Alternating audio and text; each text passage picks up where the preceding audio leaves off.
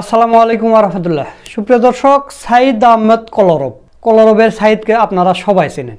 এই সাইদ আল্লামা সাইদির ফাঁসির জন্য সে শাহবাগে গিয়েছিল ফরিদউদ্দিন মাসুদের সাথে। আপনারা তাকে সবাই চেনেন। গত একদিন আগের ঘটনা, সে ফটিকছড়িতে একটা মাহফিল করতে গেছে, সেখানে নাকি তাকে গুম করা হয়েছে, এরকম আমরা নিউজ পেয়েছি। পরবর্তীতে আমরা জানতে পারলাম যে সে রক্ষা পেয়েছে বা সহি সালামতে বাসায় ফিরে গেছে। তো গতকালকে আবার দেখলাম রাত্রে সে একটা তার ফেসবুক আইডিতে একটা ভিডিও দিয়েছে, সেখানে কি হয়েছিল তার সাথে তার বর্ণনা দিয়েছে। তো পুরোটা বর্ণনায় ও যেভাবে বলল, তার কথার মধ্যেই মিথ্যাচার ধরা পড়ে। সে সরাসরি জামাতে ইসলামের উপরে এই দোষ চাপাইছে। জামাতে ইসলামের নেতাকর্মীরা তাকে গুম করেছিল এবং হত্যা করার চেষ্টা করেছিল। পরবর্তীতে স্থানীয় মেম্বার চেয়ারম্যান যে তাকে ওখান থেকে উদ্ধার করে বাসায় পাঠিয়ে দিয়েছে। তো ঘটনা হচ্ছে কি, একটা মাহফিল শেষ করে আরেকটা মাহফিলে যাচ্ছিল ফটিকছড়িতে। যাওয়ার পরে মাহফিলে কি যেন একটা গণ্ডগোল হয়েছে। তো কমিটির পক্ষ থেকে বলা হয়েছে যে আমাদের এখান থেকে গণ্ডগোল হচ্ছে, আপনার এখন আসেন না, আপনি আশেপাশে থাকেন, দেখে যদি আমাদের সমাধান করা যায় তাহলে আপনাকে আমরা ফোন দিলেই চলে আসবেন। তো এই কথা সে একটা বাজারে গিয়ে অপেক্ষা করতেছে। করার পর কিছুক্ষণ পর নাকি কমিটি তাকে বলেছে যে আমাদের এখানে সমস্যার সমাধান হয়ে গেছে, আমি 30-40টা মোটরসাইকেল পাঠাচ্ছি, আপনি চলে আসেন। তো মোটরসাইকেলের বর আসছে, ও মোটরসাইকেল নিয়ে যাচ্ছে মাহফিলের দিকে। তারপরে গাড়িতে বসে আছে, এই মুহূর্তে কমিটির আরেকজন নাকি ফোন করে বলছে, আপনি কোথায়, আপনি চলে যান, আপনি এখানে আসবেন না, আপনি আসলে কিন্তু সমস্যা হবে। তখন বলতেছে যে আমাকে না আসতে বললো, আমার জন্য মোটরসাইকেল পাঠিয়ে দিয়েছে, আমি চলে যাচ্ছি মাহফিলের দিকে, করছে না আপনি আসবেন না। তাহলে এখানে দুই ধরনের কথা হলো। আপনাদের পুরো বিষয়টা বিস্তারিত জানাবো এবং সাইদ আহমেদ কলরবের ভিডিওটাও দেখাবো। এই ভিডিওটা খুবই গুরুত্বপূর্ণ ভিডিও, আপনাদের প্রতি অনুরোধ রইল আপনারা পুরো ভিডিওটা দেখবেন। ভিডিওর শেষে আপনাদের জানিয়ে দেওয়া হবে আসলে ঘটনাটা কি হয়েছিল। তো দর্শক, এরপর ওই মোটরসাইকেলের বরের মধ্যে দিয়ে সে যাচ্ছিল। পরবর্তীতে সাইদ আহমেদ কলরব বলতেছে যে না, আমি মাহফিলে যাব না, আমি বাসার দিকে চলে যাব। তো ওরা নাকি তাকে আর যেতে দেয়নি। ওখান থেকে সিপাগুলির রাস্তা দিয়ে কোথাও এক মাঠে নিয়ে গিয়ে তার ড্রাইভারকে মেরেছে, তার সফর সঙ্গীদের মেরেছে এবং তাকে নাকি হত্যা করতেছে। তখন বলেছে বলেছে যে আমি জামাতে ইসলামের নেতা, আমি জামাত করি। তুই শাহবাগে কেন গিয়েছিলি সাইদির ফাঁসির জন্য? এটাই নাকি অপরাধ। তো জামাতে ইসলামী কি এতই প্রতিশোধ পরায়ণ হয়ে গেল? জামাতে ইসলামী এই আগস্টের 5 তারিখের পর থেকে কার উপরে এরকম প্রতিশোধ নিয়েছে? কয়জনকে হত্যা করেছে, কয়জনকে আহত করেছে? কোনো প্রমাণ দেখাতে পারবেন? এই সাইদ আহমেদ কলরব পুরাপুরি জামাতের উপর দোষ দিচ্ছে। কোন নেতা, কোন ইউনিটের নেতা, সে তার পদবি কি? সে সভাপতি না সহসভাপতি না সেক্রেটারি না কি, তার নাম কি? কিছুই বলেনি, শুধু বলেছে আমি জামাত নেতা। তো এখন একজন আওয়ামী লীগের নেতা যদি তাকে ধরে নিয়ে যায়, তাকে পিটিয়ে যদি বলে আমি জামাত করি, তুই কেন সাইদির ফাঁসির জন্য গিয়েছিলি? সাইদিকে তো সব মানুষই ভালোবাসে, শুধু জামাতের লোক ভালোবাসে? এই সাইদ আহমেদ কলরব সাইদিকে ভালোবাসে এবং সে সাইদির জন্য গানও করেছে। তো তাহলে কি সাইদিকে ভালোবাসলেই সে জামাত হয়ে যায়? আর জামাত বলেছে, তুই একটা ভিডিও বানাচ্ছিস, তোর ভিডিওতে জামাতের এত বড় একটা সংগঠনের নাম নিয়েছিস, সে কোন ইউনিটের সে জামাত নেতা, তার দায়িত্ব কি, সে সভাপতি না সেক্রেটারি, সে ইউনিয়ন লিডার নাকি থানা লিডার নাকি জেলা লিডার, এগুলো তো বলা লাগবে নাকি? নামটাও তো অন্তত বলা, সে কিছু বলেনি। তো প্রিয় দর্শক, চলুন আমরা সর্বপ্রথম সাইদ আহমেদ কলরবের সেই ভিডিওটা দেখব। এরপর ভিডিওর শেষে আপনাদের জানিয়ে দেওয়া হবে আসলে ঘটনাটা কি হয়েছিল, কেন সে জামাতের উপরে এই দোষ চাপালো। তো চলুন ভিডিওটা আগে দেখি। আসসালামু আলাইকুম রাহমাতুল্লাহি ওয়া বারাকাতুহু। দেশ দেশের বাহির থেকে যারা দেখছেন সকলকে আন্তরিক শুভেচ্ছা। আপনারা জানেন গত 17 ডিসেম্বর দক্ষিণ হলদিয়া তালিমুল কোরআন মাদ্রাসা, এটি পড়েছে ফটিকছড়ি ভোজপুরে, এই মাহফিলে যাওয়া এবং ওখানে অপ্রীতিকর কিছু ঘটনাকে কেন্দ্র করে ব্যাপকভাবে আপনারা ফেসবুক, ইউটিউবে আমাকে নিয়ে অনেক নিউজ দেখেছেন এবং আমাকে নিয়ে যারা দুশ্চিন্তায় ছিলেন, দূর থেকে ফোন দিয়েছেন, খোঁজ নেওয়ার চেষ্টা করেছেন। আমি অনেকের সাথেই কথা বলতে পেরেছি, অনেকের সাথে বলতে পারিনি। সকলকে আন্তরিক শুভেচ্ছা, আপনাদের জন্য আমাদের ভালোবাসা রইল। আপনাদের প্রতি আমাদের আন্তরিকতা এবং কৃতজ্ঞতা। সকলকে আল্লাহ পাক সুস্থ রাখুক, দোয়া করি। মূলত বিষয়টি আমি ক্লিয়ার করার জন্যই ভিডিওতে আসলাম। আমার গতকাল প্রোগ্রাম ছিল নানুপুর আজাদি বাজার ওখানে বাদ মাগরিব বয়ান ছিল। বয়ানটা শেষ করে শেষের প্রোগ্রামটা ছিল এই ভোজপুরে। তো আমি প্রতিমধ্যে যখন যাচ্ছিলাম প্রোগ্রামের উদ্দেশ্যে, ওই দ্বিতীয় প্রোগ্রামের উদ্দেশ্যে রওনা হয়েছি, তখন দাওয়াতটা আমাকে দিয়েছে মূলত আমার এক ভাই, খুব উনি আমার মুসল্লি ছিলেন, আজিম ভাই নাম উনার, উনি ওই এলাকার জামাই। তো উনি আমাকে দাওয়াতটা দিয়েছিলেন। উনি আমাকে বারবার বলছিলেন যে এখানে একটু ঝামেলা হচ্ছে, কি করব বুঝতে পারছিলাম না। তো আমি ওনাকে পরামর্শ দিলাম, যদি ঝামেলা হয় তাহলে আপনারা প্রশাসনের দ্বারস্থ হন, আর যদি আমাকে না আসতে হয় তাহলে বলেন, আমি চলে যাব, আর আসতে হলেও সেটা বলেন। আমি ওনাদের মাহফিলের একদমই একটি কাছাকাছি এলাকা, আপনারা অনেকে জানবেন, হেয়াকুই বাজার আছে, ওই বাজারে ওখানে যে আমি অনেকক্ষণ ওখানে ওয়েট করি, শুধুমাত্র ওনাদের পক্ষ থেকে গ্রিন সিগন্যাল পাওয়ার জন্য, যে ওনারা আমাকে যদি যেতে বলে আমি যাব। এবং আমি ওনাদেরকে বারবার আমি এই কথা বলেছিও যে যদি সমস্যা হয় আমি তো বয়ান করে চলে যাব, পরে আপনাদের ঝামেলা হবে, এই ঝামেলাগুলো যদি আপনারা ফেস করেন তাহলে তো মুশকিল, হয়তো আসি নয়তো নাই। যদি প্রোগ্রাম করতে হয় শক্তভাবে করতে হবে, আর না করলে আমাকে বলেন, আমি চলে যাই। তো ওনারা কখনো বলতেছে আসেন, কখনো আবার মানে আমি যে ঢাকায় চলে যাব এই কথা ওনারা কেউ একবারও বলেনি আমাকে, যে আপনি চলে যান, এই কথাটা কেউ একবারও বলেনি। তা আমি বারবার বলছিলাম আমি কি চলে যাব, তো ওনারা বলছিলেন দাঁড়ান একটু 5 মিনিট ওয়েট করেন, আমরা জানাচ্ছি। এই করে করে আধা ঘন্টার সময় হিয়াকো বাজারে আমি ওয়েট করছি। এর ভিতরে অনেক ভাইয়েরা, মাদ্রাসার ছাত্ররা, ওনারা জড়ো হয়ে গেছে। তো হুট করে আজিম ভাই আমাকে ফোন দিয়ে বললেন যে আমরা 30-40 জন লোক পাঠাচ্ছি, আপনি চলে আসেন ওনাদের সাথে। এর আগে আমি এখন ওনাকে বলেছিলাম যে আপনি আমাকে লোকেশন পাঠান, আমি একা চলে যাই, নিরিবিলি চলে যাই। উনি বললেন না, আমরা 30-40 জন লোক পাঠাচ্ছি, ওরা হিয়াকো বাজার থেকে আপনাকে রিসিভ করবে, আবার হিয়াকো বাজারে দিয়ে যাবে। তা আমি ওখান থেকে যখন যুবকরা আমাকে রিসিভ করতে আসলো তখন আমি রওনা হলাম। আমার সাথে আমার ড্রাইভার ছিল, আমাদের আরেক ভাই ছিল, আর আমার মাদ্রাসার মোতামিম সাহেব ছিল। আমরা এই 4 জন ছিলাম।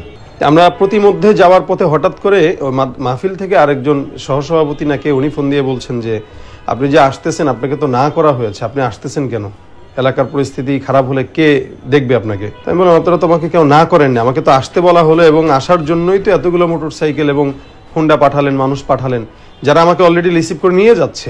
এই মুহূর্তে আপনি যদি এই কথা বলেন, যাক উনি ফোন কেটে দিলেন, আমার কথা উনি শুনলেন না। আমি যুবকদেরকে বললাম ভাই যেহেতু ঝামেলা হচ্ছে আমি ঢাকায় ব্যাক করি। তো ওনারা বলতেছে না হুজুর কি বলতেছেন, জীবন দেওয়া লাগে, জীবন দেব আপনার জন্য। আমি বলছি ভাই এটা আবেগের কথা, আবেগ দিয়ে তো আর চলবে না, আমি চলে যাই, এটা আমার জন্য বেটার। তো ওরা আমাকে যেতে দেয় না, যেহেতু আমার ডানে বামে সামনে পিছনে অনেকগুলো হুন্ডার বহর আমাকে ঘেরা, তারা আমাকে কোনোভাবে এখান থেকে যেতে দিবে না। তো আমরা আল্লাহর নামে রওনা দিলাম।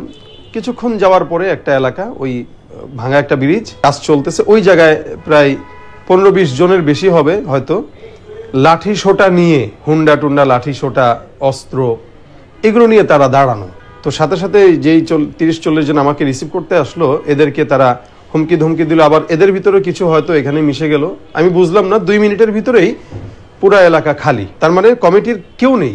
অবাক হলাম যে এই জায়গাটায় যে কমিটির একটা ভাইও এখানে নেই, অথচ 30-40 জন যারা জীবন দিতে তৈরি, একটু আগে বলছিল, এরা কেউ এখানে নেই।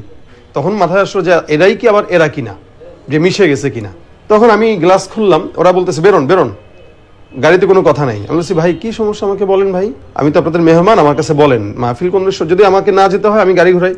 না, যাওয়া আসার কোনো সুযোগ, আপনি নামেন গাড়ি থেকে। আপনি জানেন না আপনি কি করছেন 2013 সালে, আপনি শাহবাগে গেছেন, সাইদির ফাঁসি চাইছেন, আপনি তো শাহবাগী, নামেন গাড়ি থেকে, ধমক টমক দিয়ে। তো আমার সফর সঙ্গীরা বলতেছে ঠিক আছে আপনি বসেন গাড়িতে, আমরা নামি। তো ওরা নামলো, যখন ওরা নামলো আমি নামলাম না, অনেক পাশ থেকে বলতেছে এরে নামাস না কেন গাড়ি থেকে, নামা, ওর সাথে কিসের কথা, এত ওয়েট করতেছিস কেন।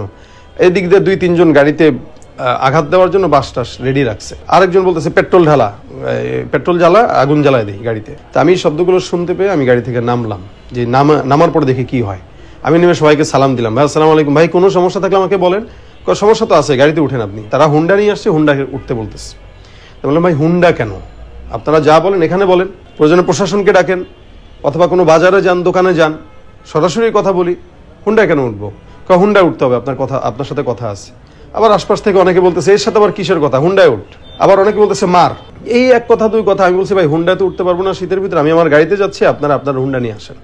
কিন্তু তারা কোনোভাবেই আমাকে তাদের হুন্ডা ছাড়া যেতে দিবে না। আমি আমার গাড়িতে আর উঠতে পারলাম না। তারপরে আমার মাদ্রাসা মোতামিম মাওলানা মাসুম বিল্লাহ, সে বলল যে ওনাকে যদি নিতে হয় ওনার গাড়িতেই নিতে হবে, আপনারা হুন্ডাতে নিতে পারবেন না। তা এরা তখন আর কোনো কথা না বলে একজন বলতেছে আর এত কথা কিসের, কথা শুনতেছে না, মার দে। এই সে আঘাত জোরে করে সে নিজে একটা ঘুষি দিল, আর আমার সাথে আমার সফর সঙ্গী 2 জন আমাকে জড়ায় 2 দিক থেকে আমাকে মাঝখানে ঘেরাও করে সমস্ত আঘাতগুলো তারা তাদের গায়ে নিল। আমার ওই এক ভাই ছিল ইকবাল ভাই, ওনার একদম ঠোঁট টোট সব ফুলে দাঁত নড়ে গেছে। আর মাসুম বিল্লাহর কাঁধে, মাথায়, পিঠে, হাতে যত জোরে পারছে শক্তি দিয়ে ঘুষি দিছে। আর আমাকে ধস্তাধস্তি করে জামা কাপড় টান দিয়ে একবার এদিকে নেয়, মানে এদেরকে এখানে মারবে, আমাকে একা নিয়ে যাবে। ভাবটা এরকম যে আমাকে তারা মানে হত্যার পরিকল্পনা নিয়ে আসছে, এরকম একটা ভাব। আমি যখন মার মুখে দেখলাম তখন আমি বললাম, ভাই আপনারা থামেন, আমি যাচ্ছি। কোথায় যাওয়া লাগবে বলেন। অবশেষে আমি আর মাসুম বিল্লাহ একসাথে 2জন হুন্ডায় উঠলাম তাদের সাথে। তারা মোটামুটি 7-8টা হুন্ডা, হয়তো আমি এতগুলো হুন্ডার বহর দেখিনি, অনেকগুলো হুন্ডো। এই হুন্ডার গুলো আমাকে উঠালো, গাড়ি পিছনে পিছনে আসছিল। এর ভিতরে একটা জঙ্গলের রাস্তা তারা ধরলো, যেখানে কোনো মানুষের বসবাস নাই, বাড়িঘরও তেমন নাই, শুধু জঙ্গল আর জঙ্গল। পাহাড়ের মাঝখান দিয়ে চিপা অলিগলি, ওই অলিগলিতে তারা আমাদেরকে নিয়ে গেছে। আমি ভাই এখানে কোথায় নিচ্ছেন আপনারা? আমি যে হুন্ডা আমাকে নিচ্ছে আমি তাকে বললাম, কোথায় নিচ্ছেন আপনারা? কোথায় নিচ্ছে পরে দেখবেন, গেলে দেখবেন। আপনার সাথে কোনো অবিচার করা হবে না, আপনাকে আঘাত দেওয়া হবে না, আপনি সম্মানিত মানুষ, আপনাকে সম্মানের সাথে বিদায় করব, এই কথা সে বলতেছে। আমি বললাম, ভাই আমি আপনাকে কিন্তু বিশ্বাস করছি, আপনি যে আঘাত দিবেন না বলতেছেন, কিন্তু আপনারা যে এই যে নামাইলেন এ পর্যন্ত, এটাই তো অসম্মান, আপনি কি করেন ভাই? তখন উনি বললেন যে আমি জামাতের রাজনীতি করি। আমি বললাম, তো জামাতের রাজনীতি করেন, জামাতের সব লোকদের সাথে আমাদের সম্পর্ক ভালো, যারা উঁচু লেভেলে আছে, বক্তা যারা আছে, এদের সবার সাথে আমার সম্পর্ক ভালো। তা আপনারা বুঝলাম না আপনারা কিভাবে এই কাহিনী করতেছেন। আর 13 বছর আগের একটা ঘটনা, 10 বছর আগের ঘটনা, যেটা আমি বারবার বলেছি, এই জিনিসটা আমার অজান্তে এবং আমার অনিচ্ছাকৃত, যেটার ব্যাপারে আমি ক্ষমা চেয়েছি, একাধিকবার পোস্ট করেছি, এই বিষয় নিয়ে তো আপনি সাইদি সাহেবের ফাঁসি চেয়ে আমাদের সবার মনে কষ্ট দিচ্ছেন। আপনি তো শাহবাগে গেছেন, আপনি আমাদের চোখের পানি ফেলছেন, আপনার সাথে তো এত সহজে আমাদের কোনো লেনদেন হবে না। মানে সে যথেষ্ট ভদ্রতার আচরণ করেই কিন্তু আমাকে এগুলো বলতেছে। আমি আলহামদুলিল্লাহ, আমরা কেউ ঘাবড়াইনি, আমাদেরকে নিয়েই যাচ্ছে। এক জায়গায় দাঁড়ালো, আমি বললাম, ভাই কি করবেন, কিছু বলবেন? না এখানে না, আরো সামনে চলেন। আরো সামনে নিতে নিতে অনেক দূরে বড় একটা মাঠ, খালি মাঠ, এখানে আরো মানে কেউ নাই, মোটামুটি এরা সবাই একা। তাদের বলতেছে, এত দূরে নেওয়া দরকার কি, যা করার কর। তা আমি একজনকে ডাক দিয়ে বললাম, ভাই আপনাদের কি করার আপনারা করেন, আপনাদের যদি আমাকে কিছু করা লাগে এখানে করেন, কিন্তু আপনারা যতক্ষণ আমাকে সাথে রাখবেন আপনাদের কিন্তু বিপদ হবে। আর কোনো কিছু বলার থাকলে আমাকে বলেন ক্লিয়ার, আমি আপনাকে জবাব দিই। না আপনি কেন শাহবাগে গেলেন? একটা প্রোগ্রামে যাওয়ার পরে যেখানে আমাকে দাওয়াত দেওয়া হলো, আমার এখানে প্রোগ্রাম কেন্দ্রিক তাদের ব্যক্তিগত ঝামেলা হতে পারে, এলাকার রাজনীতির ঝামেলা হতে পারে, আমাকে ডাইরেক্ট না করাও হয় নাই। এবং না করাটা কখন হয়েছে, যখন রিসিভ করার জন্য পাঠাইছে তখন তো আর আমার কোনো কিছু করার নেই, তখন আমি বন্দি। তো ওই সময়টা না করেও তো কোনো ফায়দা নেই। এর ভিতরেও এই কমিটিও আমাকে কোনো সেফটি দিতে পারেনি, এবং এরা যারা ছিল এরা তো মার মুখে আচরণ, মানে আমাকে হত্যা করবে এরকম একটা অবস্থা। যদিও ওই মুহূর্তে ওই এলাকার আরেকজন মেম্বার তখন ওখানে যায়, 8 নং ইউনিয়ন নাকি জানি, ওখানের মেম্বার উনি যায়, যে গালিগালাজ করে হুন্ডা দিয়ে আমাদেরকে নিয়ে আসে। রাস্তায় এসে দেখি হাজার হাজার জনগণ, পুলিশের গাড়ি, এরপরে প্রশাসনের সব ভাইরা এখানে আসছে। আমি ওখানে যাওয়ার পরে ওনারা আমাকে দেখে চিনে সম্মানের সাথে থানায় নিয়ে প্রায় সেফটির সাথে 2-2.5 ঘন্টা ওনারা বসায় রাখছেন ভোজপুর দাঁতমারা তদন্ত কেন্দ্রে। তো ওখানে যাওয়ার পরে মোটামুটি একটা বিষয়টা ক্লিয়ার হয়েছে। অনেক মানুষ তখন রাস্তাঘাটে অবরোধ করে, গাড়ি আটকায়, ওখানে করবে, হরতাল করবে, এরকম কর্মসূচি দিচ্ছিল। আমি বললাম, ভাই আল্লাহর রাস্তায় আপনারা চলে যান, আমরা নিরাপদে আছি এখন আলহামদুলিল্লাহ, আমরা চলে যাব সময় মতো। তো প্রশাসন আমাদেরকে পরবর্তীতে ওখান থেকে আগায় দিলেন, আমরা ঢাকায় চলে আসলাম। তার কথা হলো 2013 সালের একটি বিষয় নিয়ে আজ এতগুলো বছর হয়ে গেল, যদিও এই বিষয়ে আমার কোনো অপরাধ ছিল না, কারণ আমি এখানে নিজে সম্পৃক্ত শুধুমাত্র আমার দৈহিকভাবে হয়েছি, যেটা আমার অনিচ্ছাকৃত ছিল, আমাদের অজানায় ছিল, এবং এটার সাথে আমার কোনো সম্পৃক্ত নাই, কোনো বক্তব্য আছে না, কোনো আমি বলেছি যে আমি সাইদি সাহেবের ফাঁসি, কিচ্ছু নাই। এরপরেও এটার ব্যাপারে আমি একাধিকবার বলেছি, এটা আমার অগোচরের জিনিস হওয়াতেও, অনাকাঙ্ক্ষিত বিষয় হওয়াতেও আমি আপনাদের কাছে ক্ষমা চাই।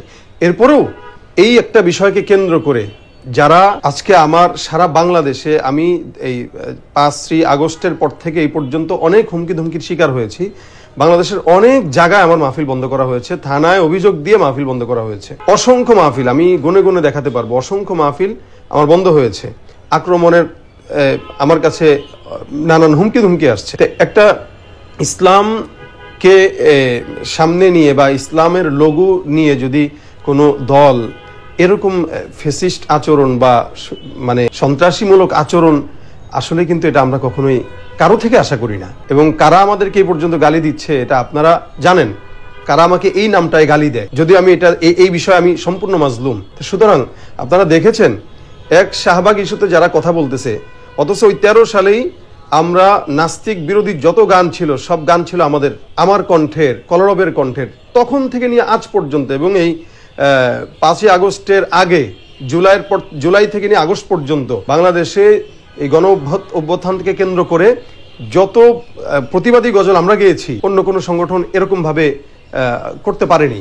আমরা যতটা সাহসী ভূমিকা রাখার চেষ্টা করেছি, সেটা 13 সাল থেকে নিয়ে 24 পর্যন্ত আমরা কখনোই কিন্তু কোনো দলের সাথে মিশে আমরা তাদের কাজ করিনি। আমরা স্বতন্ত্র জায়গায় ছিলাম, কলরবের স্বতন্ত্র জায়গায় আমরা ছিলাম। এরপরেও যদি আমাদেরকে এই বিষয়ে আমাদের যারা নির্যাতন, হুমকি ধুমকি, হত্যার পরিকল্পনা পর্যন্ত যারা করছে, এই বিচারটা আপনাদের কাছে দিয়ে রাখলাম। আমি আমার বর্তমানে আমার জানের নিরাপত্তাহীনতায় ভুগছি। আমার পরিবার, আমার মা বাবা, আমার বাচ্চা, আমার বিবি, আমার আত্মীয় স্বজন, আমার বন্ধু বান্ধব, আমার সঙ্গী সাথী সবাই আমার জানের নিরাপত্তাহীনতায় ভুগছে। এই জন্য আমি বিষয়টা আপনাদের কাছে বিচার দিয়ে রাখলাম, আল্লাহ পাকের কাছেও বিচার দিয়ে রেখেছি। বাকিটা আপনারা দেখবেন, বিবেচনা করবেন। বাস আল্লাহ পাক হেফাজত করেনওয়ালা, সকলের কাছে দোয়া চাই। আসসালামু আলাইকুম। দর্শক, আপনারা ভিডিওটা দেখলেন, তো আপনারাই বুঝতে পারতেছেন সে মানে এই কথাটা যে মিথ্যা কথা, বানিয়ে কথা, সেটা তার ভিডিওর মধ্যেই কিন্তু বোঝা গেল। তো যাই হোক, আমি এটা নিয়ে আর প্রশ্ন করতে চাই না। আসল ঘটনা হলো, ও যে এলাকায় মাহফিল করতে গেছে, আর সম্প্রতি 2 দিন আগে ন্যাটবি যে এমপি ছিল চট্টগ্রামের এলাকায় লোহাগড়া, তো সেই ন্যাটবি কিন্তু ধরা খেয়েছে।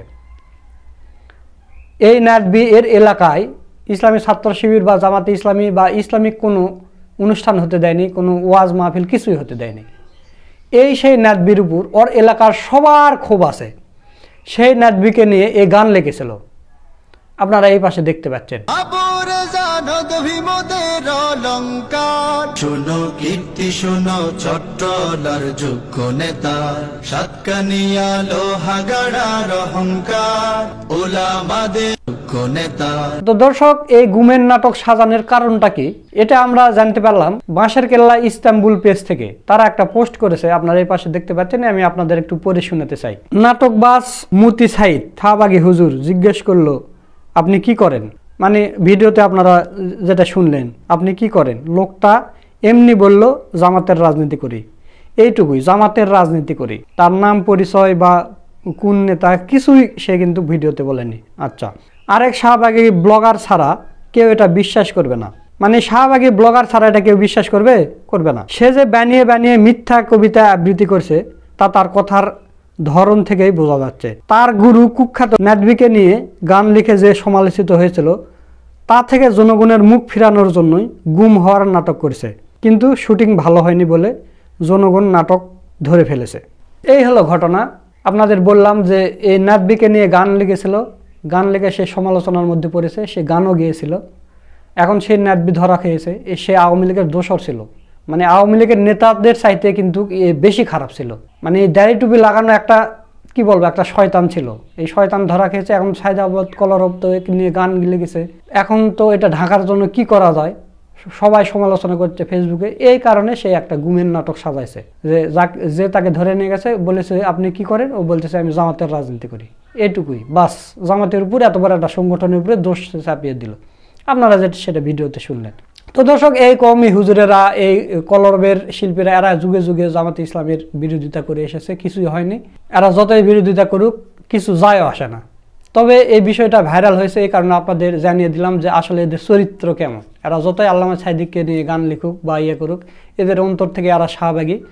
এরা কখনোই চায় না যে বাংলাদেশ জামাতে ইসলামী ক্ষমতায় আসুক। যদি এরা চাইতো বা জামাতে ইসলামীকে যদি এরা ভালোবাসতো, কোনো রকম যদি রেসপেক্ট করতো, তাহলে এই জিনিসটা এরা ভেরিফাই করতো যে নেতা আমাকে ধরে নিয়ে গেছে সে জামাতের রাজনীতি করে কিনা, বা কোন ইউনিটের নেতা, কোন দায়িত্বশীল, সহকারী সেক্রেটারি না কি, সবগুলো জানিয়ে তথ্য নিয়ে তারপরে ভিডিওতে বসতো যে অমুক ইউনিয়নের বা অমুক থানার অমুক দায়িত্বশীল এই জামাত নেতা আমাকে ধরে নিয়ে গেছে। না, এরকম কিছুই সে বলেনি, শুধু বলছে আমি জামাত নেতা। এটাই বলে সে ভিডিও করে এরা এত বড় একটা দলের বিরুদ্ধে সে ভিডিও ছাড়িয়ে দিল। তো দর্শক, আশা করছি আপনারা পুরো বিষয়টা বুঝতে পারছেন। তো আজকের ভিডিও এখানে শেষ করছি। ভিডিওটা যদি ভালো লাগে অবশ্যই বেশি বেশি করে শেয়ার করবেন। এই কারণে শেয়ার করবেন যাতে করে কমের অনেকেই কিন্তু এই কলরবের এই মানে সাইদের এই ভিডিওতে গিয়ে কমেন্ট করছে যে জামাত শিবির এই দেশের সবচাইতে খারাপ, এসে হ্যান জামাতের বিরুদ্ধে অনেকে যে আমরা আগেই মনে করেছিলাম যে জামাত ছাড়া কে এটা অপহরণ করতে পারে না, গুম করতে পারে না। তো এই বিষয়টা যেন সবাই বুঝতে পারে যে আসল ঘটনাটা কি। সকলকে ধন্যবাদ। আসসালামু আলাইকুম রহমতুল্লাহ।